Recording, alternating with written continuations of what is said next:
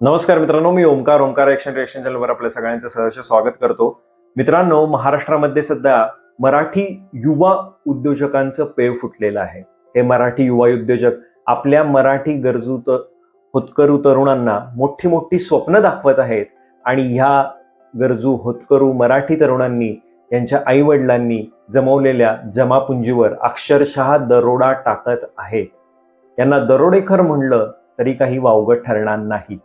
मित्रांनो, जर तुम्ही व्यवसाय करणार असाल, तुम्हाला व्यवसाय करायची इच्छा असेल, आता मला भविष्यामध्ये एंटरप्रेन्योर बनायचं आहे, घोडा हत्ती म्हणजे थार फॉर्च्युनर वगैरे घेऊन असं फिरायचं आहे, अशी स्वप्न जर तुम्ही बघत असाल तर ही व्हिडिओ फक्त आणि फक्त तुमच्यासाठी आहे. व्हिडिओ शेवटपर्यंत बघायची आहे आणि महत्वाचं म्हणजे ह्या तरुणांना आपली जमापुंजी जी काय आहे ती देणाऱ्या आई वडिलांनी ही व्हिडिओ तर बघायचीच आहे. आणि हे फ्रँचायझी विकणारे जे काही तथाकथित मराठी युवा उद्योजक आहेत, हे उद्योजक नसून हे आहेत तुमच्या जमापुंजीवर दरोडा टाकणारे तद्दन दरोडेखोर. त्यासाठी व्हिडिओ संपूर्ण बघा. व्हिडिओ आवडल्यास लाईक करा, शेअर करा, चॅनलला सबस्क्राईब करा.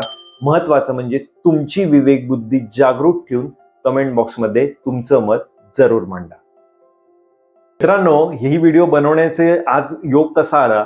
सध्या दोन मराठी कापड व्यावसायिक, मराठी कापड युवा उद्योजक जे आहेत ते आभाळ हेपलताना दिसत आहेत. एकमेकांबरोबर जे काय आहे ते वाद विवाद घालताना दिसत आहेत.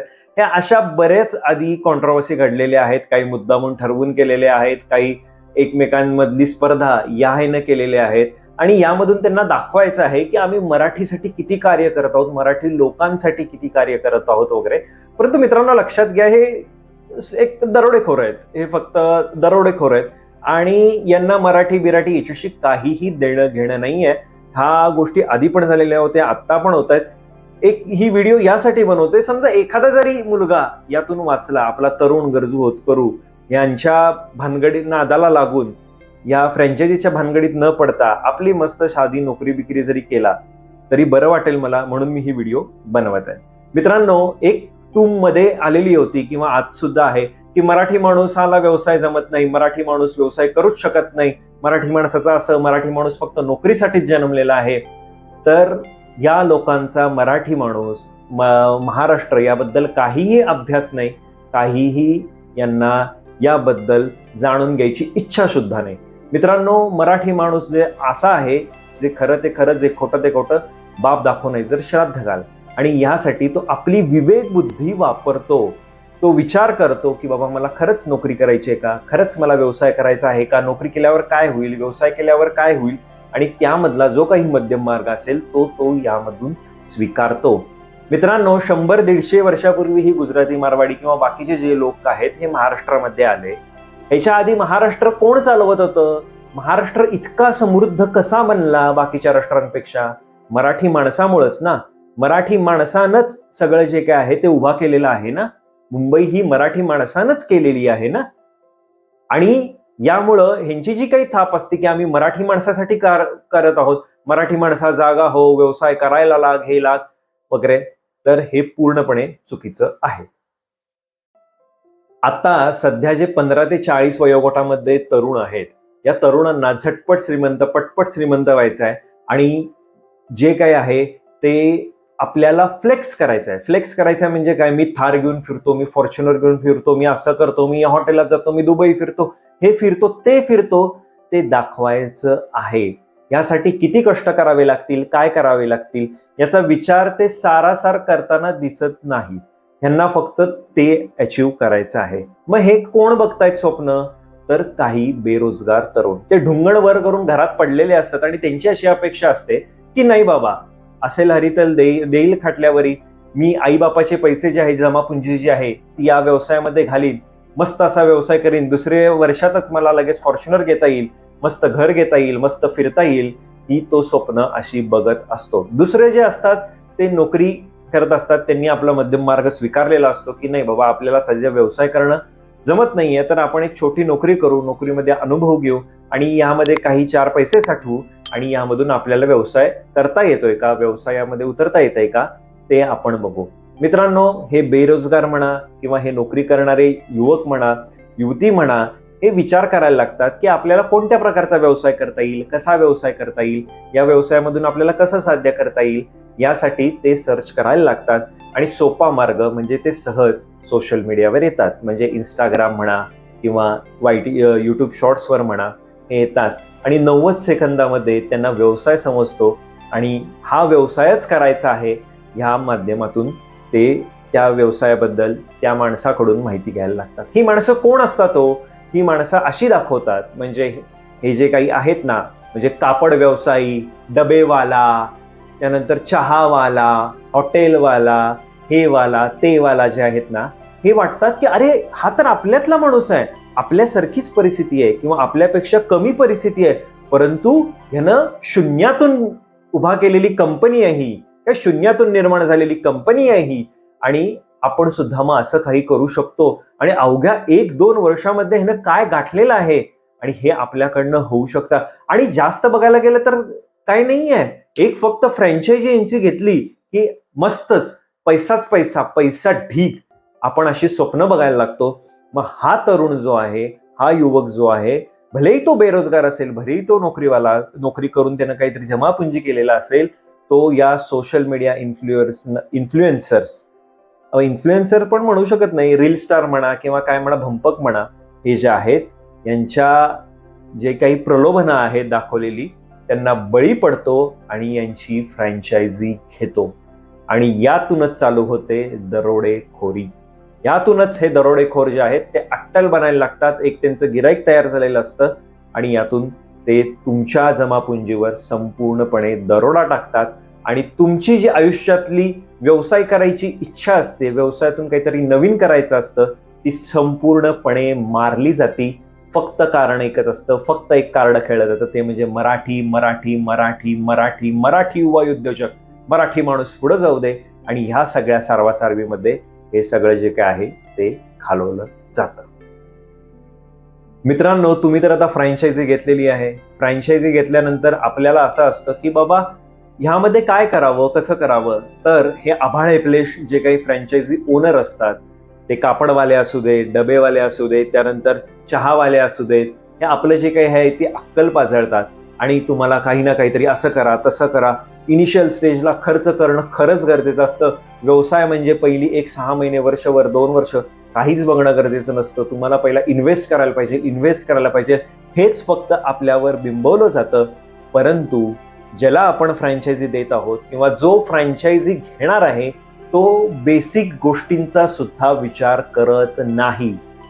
जेव्हा त्यांना विचारलं जातं की बाबा जीएसटी म्हणजे काय, जीएसटी सर्टिफिकेट म्हणजे काय, कॅश क्रेडिट अकाउंट म्हणजे काय, शॉप ऍक्ट म्हणजे काय, फूड लायसन्स म्हणजे काय, ते कसं वापरावं, काय करावं, यासाठी लागणारं या गोष्टी ज्या आहेत ह्या कशा पूर्ण करणार आहेत, तर यासाठी त्यांचं उत्तर असतं की नाही, आम्ही सीए नेमू, आम्ही यासाठी वेगळा जो काय आहे ते माणूस नेमू. ठीक आहे, चला, तुम्हाला याबद्दल काम करायचं नाहीये, या ह्याच्यात काम करायचं नाहीये, तुम्हाला तुमच्या व्यवसायावर फोकस करायचा आहे.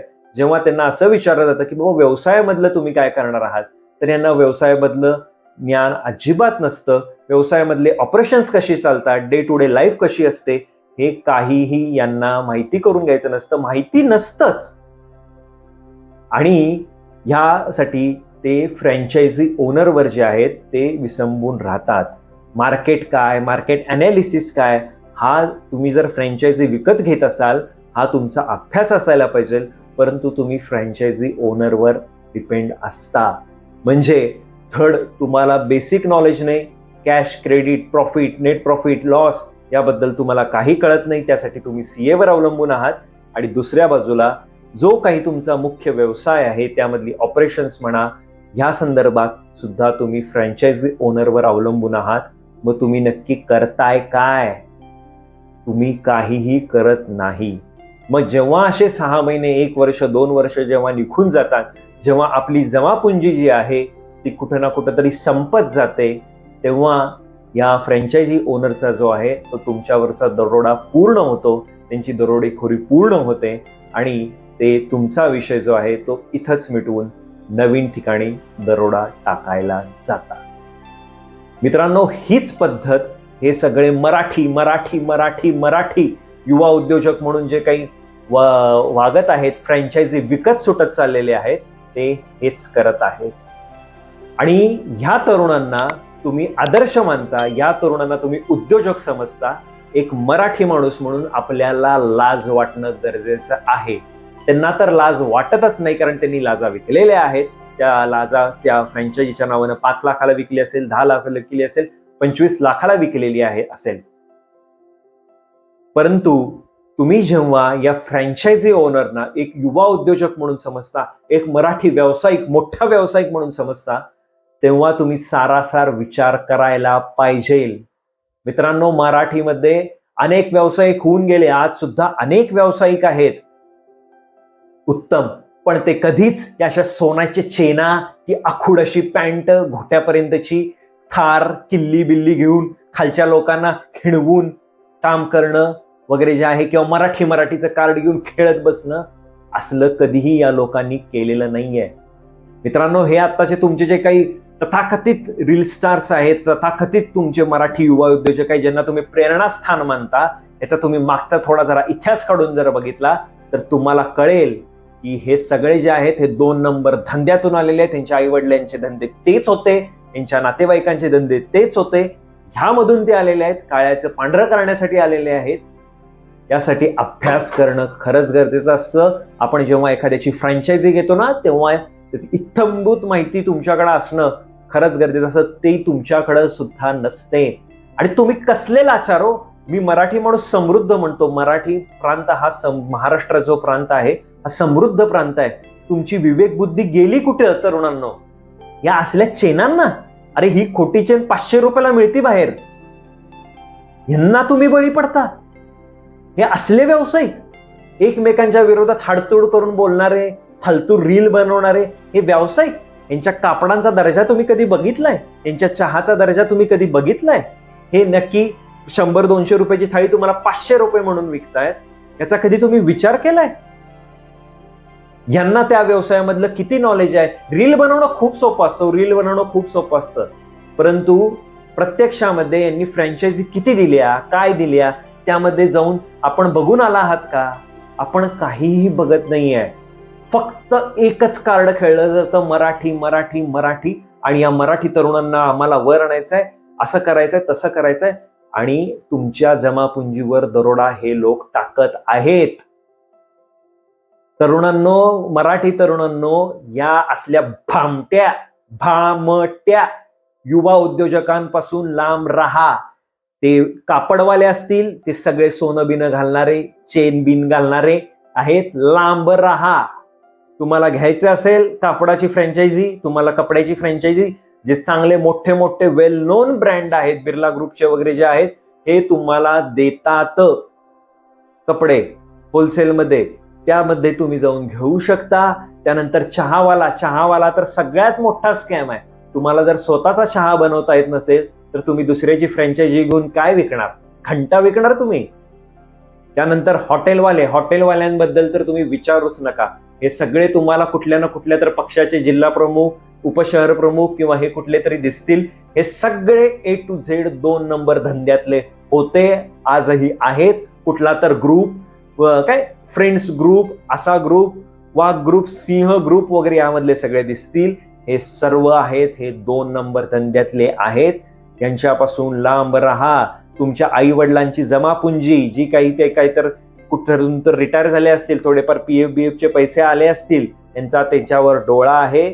ते किती आहेत, काय आहेत? कारण फ्रँचायझी विकत घेताना माणूस सहज सांगतो, नाही वडिलांचे 40 लाख रुपये आले, 10 लाख रुपये आलेत PF मधनं, तेवढे आहेत आमच्याकडं. ते 10 लाख संपपर्यंत सांगितलं जातं की इन्व्हेस्ट करा. एखादा नोकरीतून तरुण बाहेर पडतो आणि व्यवसायाकडे येतो, तेव्हा त्याची सुद्धा जमापुंजी अशीच संपवली जाते. ही डोळ्यासमोर घडलेली उदाहरणं आहेत. अनेक लोक यामध्ये येऊन बोलत आहेत, परंतु मराठी म्हणून हे सगळं सावरण्याचा प्रयत्न केला जातो आणि ह्यातूनच मराठी माणसावर दरोडा टाकला जातो आणि मराठी माणसालाच खड्ड्यात घालायचं हे लोक काम करत आहेत. मी जीव तोडून तुम्हाला सांगतोय, या लोकांपासून लांब राहा.